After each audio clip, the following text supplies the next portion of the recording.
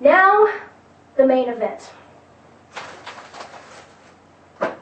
Here is my Quran. It is printed in English and Arabic, so it's a completely legit official Quran. I have bookmarked several passages, and the passages I've bookmarked with bacon, because raw bacon makes the best Quranic bookmark. I'm just going to go through these in order from front to back and read them off, and then once I've read them off, I will tear the page out of the Quran, put it in my fire bowl, and ignite it here. First one, you might want to jot these down. Surah 2, verse 191. And fight the infidels wherever you find them, and expel them from the place they had turned you out from. Evil, evil, garbage. In it goes, and up in flames. Go back to hell where you came from. And I'll discard my bacon bookmark here. Next up, Surah 2, verse 193. Fight them till idolatry comes to an end and the law of Allah prevails. Evil. Pulling that out. Garbage. On fire. Burn, baby, burn. Next up, pull my bacon bookmark out. Oh, the smell is divine, by the way. All right, we are in Surah 4, verse 24. Also forbidden are married women unless they are captives of war. Such is the decree of Allah. What this is talking about is who a man can or cannot have sex with. So what this is doing is it is ratifying the rape of women captured in jihad. Let me read it again. This is Surah 4:24. Also forbidden are married women unless they are captives of war. Such is the decree of Allah. Well, Allah is an evil son of a bitch, so he can go to hell. Next up is also within 4:24. Then give those of these women you have enjoyed the agreed dower. It will not be sinful if you agree to something else by mutual consent after having settled the dowry. Allah is certainly all-knowing and all-wise. What this verse is doing is it's ratifying prostitution. If a man pays a woman a dower or a dowry, a certain quantity of money, he can have sex with her without obligation. And certainly Allah is all-knowing and all-wise because Allah is an evil son of a bitch. All right, next, on to Surah 4:34. This is talking to a man who one of his many wives will not have sex with him willingly.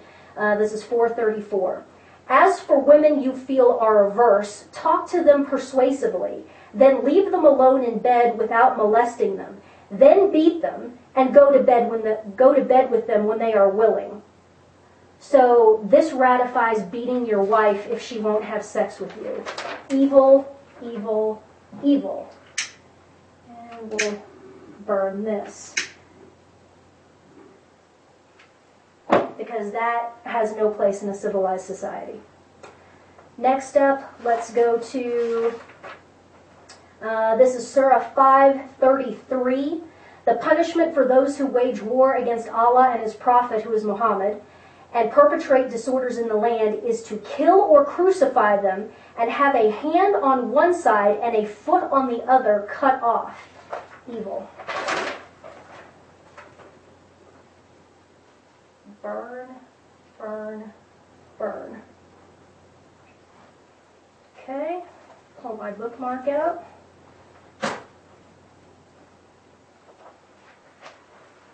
Next up, we're in Surah 8. This is 8:12.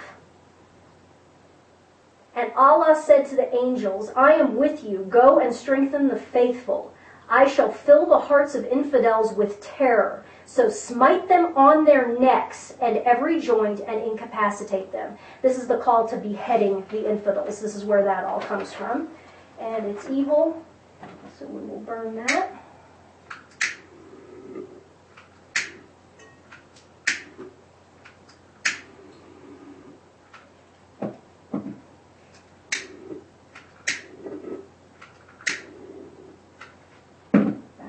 where you came from.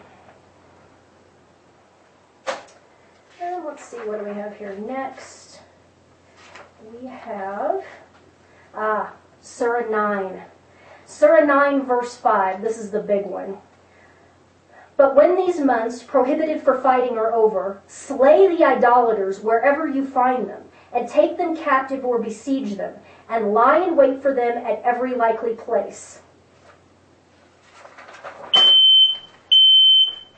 Next up, still in wonderful Surah 9, verse 29. Fight those people of the book who do not believe. By the way, Judeo-Christians, that's us, people of the book. Fight those people of the book who do not believe in Allah and the last day. Do not prohibit what Allah and His apostle have forbidden, nor accept divine law until all of them pay the jizya tax in submission. Evil. Not paying no frickin' tax. Burn, burn, burn. Next up, still in good old Surah 9, verse 80. Whether you plead forgiveness for them or not, Allah will not forgive them, even though you plead 70 times, for they disbelieved in Allah and His apostle, and Allah does not show transgressors the way. Evil.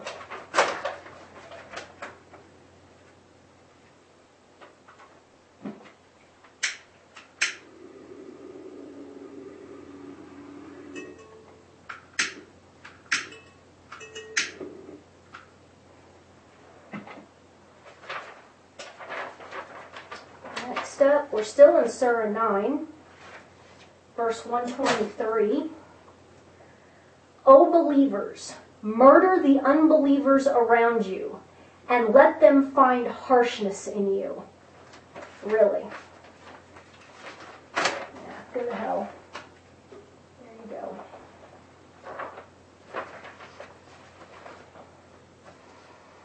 Now we are in Surah 13, verse 42. Surely those who had gone before them did deceive, but Allah is all-deceiving, for He has knowledge of what each does. This is calling God a deceiver and a liar, which implies that really Allah's true identity is Satan. And I think we can all agree to that.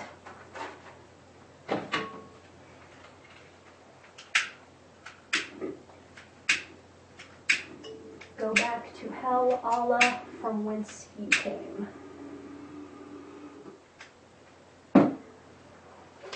Next up, Surah 23, verse 1. The true believers will be successful who are humble in their service, who shun all frivolities, who strive for betterment, who guard their sex, except from their wives and women slaves of old. This ratifies concubinage. Evil. And we'll burn that.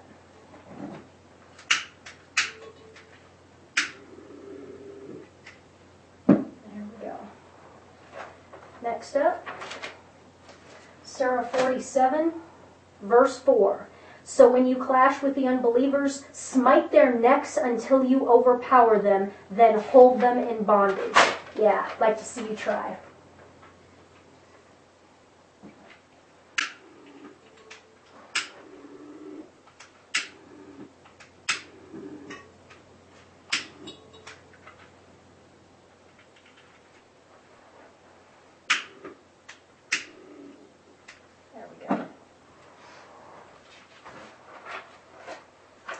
Next up, Surah 52, verse 24. This goes to man-boy sex, which is highly prized in Islam. This is again 52:24. And young boys, like pearls within their shells, will go around. There's all kinds of verses about this. It's twisted. And I'll be writing an essay on homosexuality and homosexual pedophilia and heterosexual pedophilia within Islam very, very shortly. because it's a cultural norm. Next up is Surah 56, verse 17. Again, boys of never-ending bloom will pass round to them cups and decanters. Never-ending bloom means never-ending pubescence. And that's what the Muslim man is taught to find sexually attractive, is prepubescent and pubescent boys. It's truly, truly disgusting. Most men, or most boys in Islamic culture do not escape their childhood without being anally and orally raped by men. And then they, in turn, perpetuate the cycle of sexual abuse. And most men in Islamic cultures are homosexuals/homosexual pedophiles. Now to Surah 65, divorce, 65:4.